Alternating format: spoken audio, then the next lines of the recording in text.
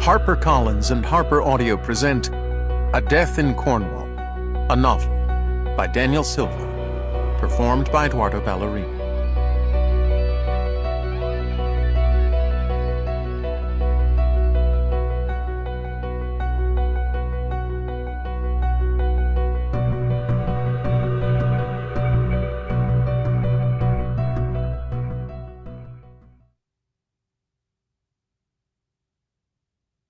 As always, for my wife Jamie, and my children Lily and Nicholas.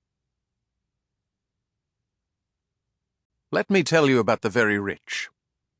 They are different from you and me. F. Scott Fitzgerald. Preface. This is the fifth novel in the Gabriel Allon series to be set in part in the English county of Cornwall. Gabriel took refuge in the village of Port Navas, along the banks of the Helford River, after the bombing in Vienna that destroyed his first family. It was during this period that he befriended an 11-year-old boy named Timothy Peel. Gabriel returned to Cornwall several years later, with his second wife Chiara, and settled in a cliff-top cottage in the parish of Gunwallow. Timothy Peel, then a young man in his early 20s, was a frequent visitor. Part 1. The Picasso. 1. The Lizard Peninsula. The first indication of trouble was the light burning in the kitchen window of Wexford Cottage. Vera Hobbs, owner of the Cornish bakery in Gunwallow, spotted it at 5:25 a.m. on the third Tuesday of January. The day of the week was noteworthy. The owner of the cottage, Professor Charlotte Blake, divided her time between Cornwall and Oxford. Typically, she arrived in Gunwallow on a Thursday evening and departed the following Monday afternoon, 3-day work weeks being one of the many perquisites of academic life. The absence of her dark blue Vauxhall suggested she had decamped at her usual time. The glowing light, however, was an aberration, as Professor Blake was a devout environmentalist who would sooner stand in the path of a speeding train than waste a single watt of electricity. She had purchased Wexford Cottage with the proceeds of her best-selling exploration of Picasso's life and work in wartime France. Her withering reappraisal of Paul Gauguin, published 3 years later, fared even better. Vera had attempted to organize a book party at the Lamb and Flag, but Professor Blake, after somehow getting wind of the project, had made it clear she had no wish to be feted. "If there is indeed a hell," she explained, "its inhabitants have been condemned to spend the rest of eternity celebrating the publication of someone else's latest waste of paper."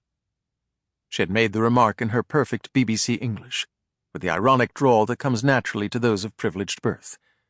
She was not, however, from the upper classes herself, as Vera discovered one afternoon while stalking Professor Blake on the internet. Her father had been a rabble-rousing trade unionist from Yorkshire, and a leader of the bitter coal miners' strike in the 1980s. A gifted student, she had won admission to Oxford, where she had studied the history of art. After a brief stint at the Tate Modern in London, and an even briefer one at Christie's, she had returned to Oxford to teach.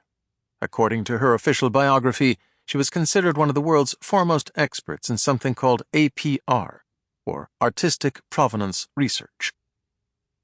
"What in heaven's name does that mean?" asked Dottie Cox, proprietor of the Gunwallow village store. "Evidently it has something to do with establishing a painting's history of ownership and exhibition." "Is that important? Tell me something, Dottie dear. Why would someone be an expert in something if it wasn't bloody important?" Interestingly enough, Professor Blake was not the first art world figure to settle in Gunwallow. But unlike her predecessor, the reclusive restorer, who had lived for a time in the cottage down by the cove, she was unfailingly polite. Not the talkative sort, mind you, but always a pleasant greeting and an enchanting smile. The consensus among Gunwallow's male population was that the professor's author photograph had not done her justice. Her hair was nearly black and shoulder-length, with a single provocative streak of grey. Her eyes were an arresting shade of cobalt blue. The puffy pillows of dark flesh beneath them only added to her allure. "Smouldering," declared Duncan Reynolds, a retired conductor for the Great Western Railway. "Reminds me of one of those mysterious women you see in the cafes of Paris." Sample complete. Ready to continue?